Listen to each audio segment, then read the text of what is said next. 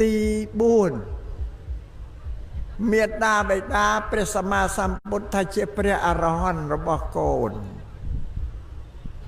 អរហន្តឈ្មោះថាអាហុណយោក្នុងសង្ឃគុណនឹងញោមញាតិបាសកាសូត្រទៅសង្ឃគុណសុបដិបណ្ណដល់អាហុណយោនឹងជាព្រះអរហន្តប្រែជាខ្មែរថាលោកជាបុគ្គលដែលគួរទទួលនៅចតុបច្ច័យដែលបុគ្គលឧទ្ទិសចំពោះអ្នកមានសិលហើយបង្អោនចូលមកបូជា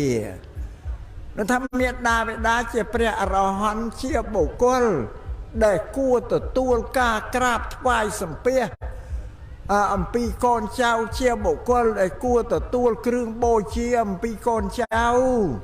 ដែលនាំយកមកបូជានោះ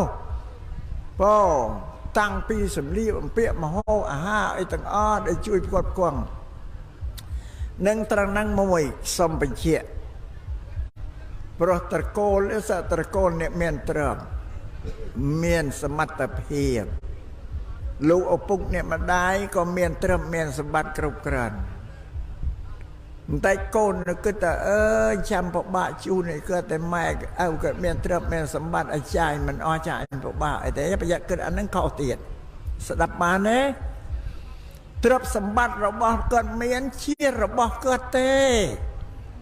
យើងអត់ទៅនិយាយថាគាត់មានទ្រព្យអីមិនចាំពិបាកជូនឲ្យគាត់អត់មែនអញ្ចឹងទេទ្រព្យរបស់គាត់ជារបស់គាត់តែយើងនឹងត្រូវយកទ្រព្យរបស់យើងនឹងទៅជូនគាត់មិនចង់បានអីពីយើងទេស្ដាប់បានទេហើយយើងជូនគាត់ទៅជាសម្លៀកបំពាក់ជាគ្រឿងម្ហូបអាហារស្អីទៅឬយើងអាចដឹងថាលោកឪពុកអ្នកម្ដាយគាត់ចំណូលចំណង់អីផ្លែឈើក៏ចង់ផ្លែអីម្ហូបផ្លែអីកាលណាយើងទៅលេងគាត់ក៏បីកាន់វត្ថុដែលគាត់ចង់យកទៅជូនគាត់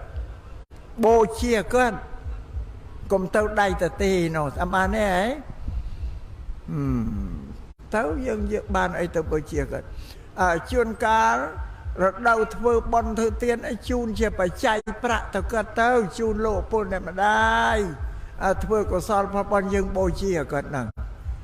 តែទៅគិតថាគាត់មានណាស់ហើយចាំអោយឲ្យគាត់បើគាត់ចាយមកអូអាហ្នឹងក៏អត់ដែរស្ដាប់បានទេហ៎ការពីអីហើយជាងកាលគិតថាអញ្ចឹងម៉ែអញមានក្រអីជួយទៅសុំថែមទៀតក៏មកដែរគាត់មានបណ្ណានចាយមិនអស់ដែរប៉ុន្តែយកទ្រព្យរបស់បញ្យើងក្នុងពុទ្ធសាសនាព្រះសម្មាសម្ពុទ្ធលោកបដៅមនុស្សរកទ្រព្យបានឲ្យបែងទ្រព្យជា4ចំណែកទ្រព្យដែលរកបានណា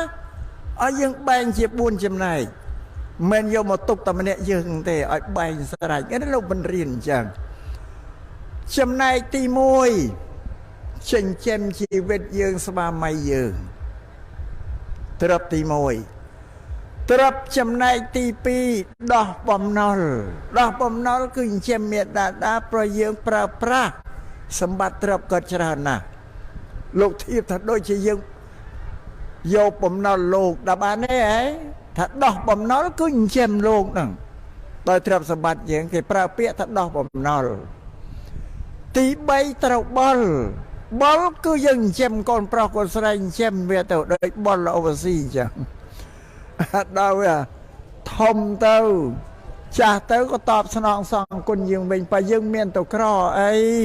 ប៉ុន្តែកូនវាត្រូវតែបូជាយើងវិញអញ្ចឹងឯងគោរពបូជាអានឹងត្រូវយើងយល់អញ្ចឹងទី3យើងបុលគឺយើងចិញ្ចឹមកូនទី4កប់ទុកគឺយើងលះទ្រព្យចំណាយធ្វើបុណ្យធ្វើទានធ្វើកុសលនៅពុទ្ធលោកបញ្រៀនយើងចា៎ប្រកិរិយាដែលធ្វើទានគឺជាកិរិយាដែលសង្គ្រោះជីវិតជុំវិញខ្លួនអ្នកដែលក្រីក្រកំសត់ទូរគាត់គ្នាវាខ្សត់ខ្សោយទៅឃើញហើយក៏ជួយគ្នាទៅដើរទៅជួបក៏ជួយទៅឬក៏យើងបរិច្ចាគទ្រព្យសម្បត្តិនឹងធ្វើជាទានចំពោះពុទ្ធសាសនានៅដូចជាបច្ច័យ4យ៉ាងអីនេះធ្វើទានយ៉ាងឬក៏យើងអាចលះទ្រព្យសម្បត្តិរបស់យើងទៅកសាងជាសាលារៀនជាមន្ទីរពេទ្យជាផ្លូវថ្នល់ជាស្ពានជាវត្តជាអារាមអីទាំងអស់ អានឹងគេហៅថាបរិច្ចាគធ្វើទានអានឹងជាសាធារណទានទីទូលំទូលាយឲ្យតែជាតិជាមនុស្សប្រើរបស់វត្ថុយើងបានទាំងអស់ជាតិណាដល់ឲ្យតែមនុស្សណាអាចទៅចូលជ្រោកក្នុងសាលាអាចទៅមន្ទីរពេទ្យអាចដើរលើថ្នល់លើស្ពានប្រើប្រាស់បានអស់សាធារណទានគឺល្អណាស់ពុទ្ធសាសនាលោកថាដូចជាធ្វើទានចំពោះសង្ឃមិនរើសមុខទេសង្ឃគឺវងរបស់អ្នកបួសហ្នឹងគេអត់គិតថាលោកអង្គនេះណាទេឲ្យតែវងអ្នកបួសអញ្ចឹងគេធ្វើទានជ្រះថ្លាអស់យ៉ាងណាថាសាធារណទានហ្នឹងគឺអ្នកណាក៏ប្រើរបស់យើងបានអាហ្នឹងឲ្យលះធ្វើជាទានអញ្ចឹងណាអាហ្នឹងសូមឲ្យជ្រាបយ៉ាងហ្នឹងជាកុសលផលបុណ្យដែលយើងត្រូវលះទ្រព្យសម្បត្តិរបស់យើងដែលមានមួយចំណែកទៅធ្វើទានអានឹងមិនបានអោបទុកទេដូចអ្នកដែលលះទ្រព្យសម្បត្តិទៅធ្វើទានតែមានសទ្ធាជ្រះថ្លាលះសេចក្តីកំណាញ់លះសេចក្តីកំណាញ់បានអញ្ចឹងហើយដល់យើងទៅសាងធ្វើជាសាលាជាមន្ទីរពេទ្យជាស្ពានផ្លូវថ្នល់ឬក៏ជីកស្រះទឹក